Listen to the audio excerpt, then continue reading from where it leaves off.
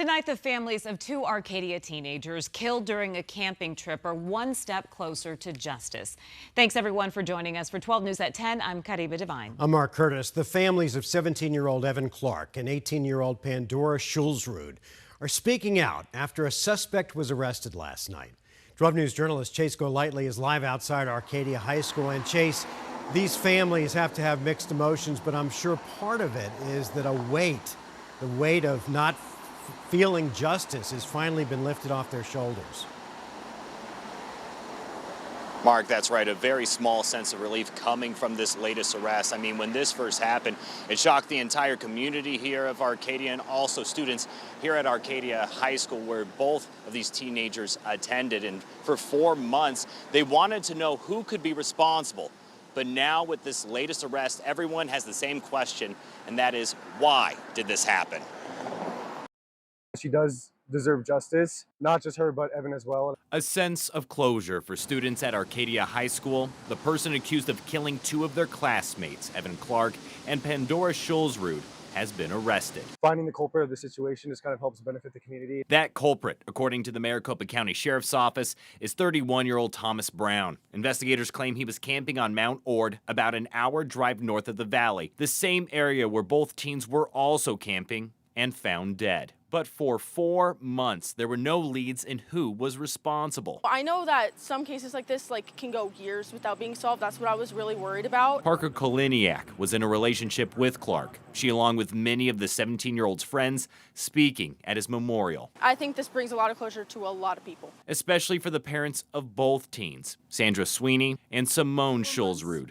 I have prayed every day that her killer would eventually be brought to justice. In a lot of ways, probably the best day that I've had in months, to be honest. The sheriff's office believes the teens were killed in their car. Their bodies then drug 1.5 miles away. Bloody gloves were found next to the vehicle. Detectives took DNA samples of the gloves and inside the car that they say matched Brown's. A man who actually contacted the sheriff's office right after the murder, saying he had drone footage of the area that he could provide to help investigators. It did. That conversation led to detectives looking into Brown, learning his story wasn't matching up. He wanted to be a hero and not the villain in his own story. During Friday's press briefing, the sheriff's office says the victims and the suspect didn't know each other, that Evan and Schulzrud didn't even speak with Brown. And they were, as far as we know, complete strangers. Leading to friends and family asking the same question. I just kind of want to know why he did it. Why would someone do this to two teenagers just being happy and having a good time? I can't ever wrap my mind around that.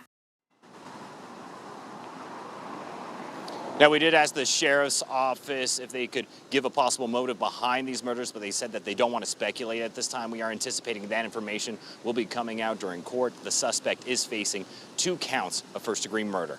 We're live in Arcadia tonight. Chase Golightly, 12 News. All right, Chase, thank you. A small Arizona fire department that just buried 2 of its colleagues is now mourning another unimaginable loss. A Timber Mesa firefighter was killed in a crash this morning while heading into work. 46-year-old firefighter EMT Glenn Collins died in a crash. He served with the department for the last 7 years. The Navajo County Sheriff's Office says that his motorcycle and a truck crashed head-on just outside of Show Low. It comes less than a month after 2 other Timber Mesa firefighters were killed in a head-on crash while on duty. A teenage boy is dead and 2 others injured after a shooting in Phoenix last night. Officers responded at about 8 o'clock to 40th Street and Rozier. Once they got there, they found 2 teenage boys with gunshot wounds. Both were rushed to the hospital. One of the boys died. Shortly after that, a 3rd boy was dropped off at a different hospital, also with a gunshot wound. His injuries are non-life-threatening. Police believe that he was shot at the same place as the other 2 boys. There's no word yet on what led to the shooting. A Phoenix Mexican restaurant was destroyed after a fire tore through it in the middle of the night. Now the owner and his employees are out of work trying to get back on their feet. 12 News journalist Bianca Bono is live outside of La Santissima near 16th Street and Indian School. And Bianca, how bad is the damage there? Well, the majority of this restaurant is completely destroyed. Most importantly, the heart of it in the kitchen. The owner tonight walking us through the damage. As you can imagine, he is devastated, but he is determined to rebuild. Felipe Guzman walking into his restaurant to see his dream covered in ash. My heart, it's so emotional. Early Saturday morning, as Guzman was asleep at home, his restaurant, La Santísima near 16th Street and Indian School, caught on fire. Phone calls from the fire department woke him up. By the time he and his son got there, the fire was out, but the damage had been done. It's destroy, you know? It's like destroy your dreams, destroy everything. And at that moment, we were like, what's gonna happen? Since then, a roller coaster of emotions. Reflecting back on how his Mexican restaurant started back in 2010 in a smaller location down the street. It was like 900 square feet and a hole in the wall, everybody call it. Growing in popularity and needing a place with more parking, he moved here, specializing in dishes from all over Mexico, with the goal of bringing many flavors to one plate. Even featured on Guy Fieri's Diners, Drive-Ins, and Dives. We have many awards. We have from Arizona Magazine, Food Network, Best of Phoenix. Now, it's a surreal sight. My beautiful door. The Phoenix Fire Department is now working to investigate what caused the fire. 10 feet by 5 feet. But Guzman said he was told a spark came from a refrigerator. They have to use the saw machine to cut it. Guzman's top concern, what will happen to his 18 employees? We're like really like a family. We care about each other. You know, we've been working together for many years. While the past week has been filled with many dark moments, You see there's holes everywhere. the support from the community has been a bright light. Seeing the people really cares about the concept that we have, it means a lot to our family. Guzman is choosing to focus on the future, planning to rebuild from the ashes. Our goal is going to be rebuilt and reopen the Santísima. I really want to do that, and also to be like example for my kids. They said that no matter how terrible things happen to you, be positive, you can come back. And Guzman said it could take a year, maybe more, to rebuild. He's exploring moving into a smaller temporary space in the interim. But as he works through all of this, there has been a GoFundMe page that's been created to support him and his restaurant family. You can find the link to donate right now on our website, 12news.com. We're live in Phoenix tonight. Bianca Bono, 12 News. All right, Bianca, thank you for that report. Now to an update on a couple of officer-involved shootings that happened yesterday in Phoenix. The first happened near 7th Street and Southern yesterday morning. Police tell us the suspect in the shooting, 58-year-old Victor Altamirano, has died. Officers say that he was threatening suicide and had a knife. Family members frantically called 911, concerned for his safety. When officers arrived, they saw the man running out of the home with that knife.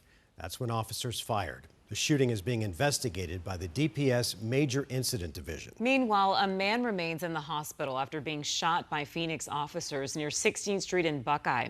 A person called 911 to say that a man was stealing from a woman at a Burger King, and that man appeared to be armed.